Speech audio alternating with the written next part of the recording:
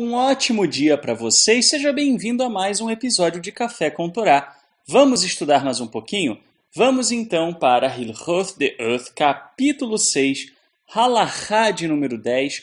Vamos ler os dois últimos parágrafos desta Halachá e deste capítulo. Lembrando que o tema que estamos tratando aqui é o tratamento a viúvas, a órfãos, enfim, a pessoas que estão à margem da sociedade. O texto, então, depois de dar uma série de recomendações sobre como tratar o órfão, a viúva, e não oprimi-los e não causar sofrimento a eles, continua dizendo o seguinte: quando o acima se aplica, quando alguém lhes causa sofrimento por seus próprios propósitos. Contudo, é permitido a um professor lhes causar sofrimento enquanto lhes ensina a Torá ou um ofício, de modo a treiná-los em um comportamento adequado. Ainda assim, não deve tratá-los da mesma maneira que trata os outros, mas sim fazer uma distinção acerca deles e tratá-los com gentileza,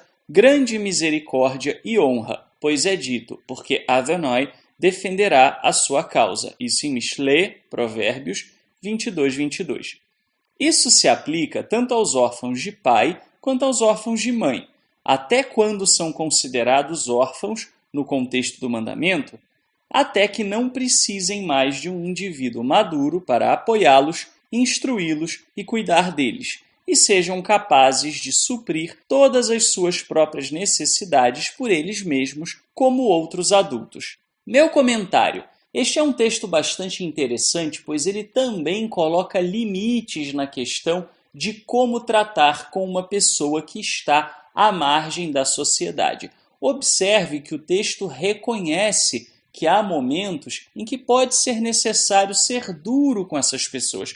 Pode ser necessário colocar um limite e até mesmo causar alguma angústia. É importante que isso seja dito, pois existe um processo, muitas vezes, de uma excessiva vitimização das vítimas. Uma pessoa que foi vítima de uma situação que a coloca à margem da sociedade ou que a coloca numa posição em que temos que ter com ela um cuidado especial, essa pessoa não pode ser vitimizada para além daquilo que ela passou. Existe um limite. Sim, nós temos que tratar com carinho. Sim, nós temos que ter compreensão. Sim, nós temos que ter misericórdia. Sim, nós devemos tratar com gentileza. Mas quando o interesse da pessoa estiver em primeiro lugar, também devemos colocar limites e não devemos temer, até mesmo gerar um pouco de angústia, um pouco de sofrimento na pessoa. Isso é muito comum de ser observado com relação a pessoas mais jovens. É muito comum que uma pessoa jovem que passou por uma determinada situação, que a privou de um parente ou que passou por uma determinada fatalidade, acabe se tornando uma pessoa com muitas dificuldades na vida, não por causa da perda ou do trauma que a pessoa sofreu, mas sim porque os outros que estão ao seu redor insistem em tratá-la como uma vítima o tempo todo. Me recordo certa vez no curso de psicanálise uma professora que disse que foi tratar com uma menina que havia sido estuprada. Essa menina tinha 7 anos. Quando essa menina entrou no consultório da minha professora, ela virou para a menina e começou a tentar conversar. A menina imediatamente começou a chorar, abrir o berreiro, fazer uma certa cena. Todos os alunos ficamos olhando para a professora, pensando, puxa, coitada da menina, o que é que essa professora deve ter feito então para consolar a menina? Ao que a professora olhou para nós e disse, na realidade o que eu fiz foi dizer para ela, não, aqui você não vai fazer cena não, aqui de jeito nenhum. Pode parar, pode engolir o choro. E é o seguinte, se você quiser ficar chorando, você vai ficar chorando aí sozinha, porque eu vou lá para trás brincar. Agora, se você quiser, você pode vir brincar comigo.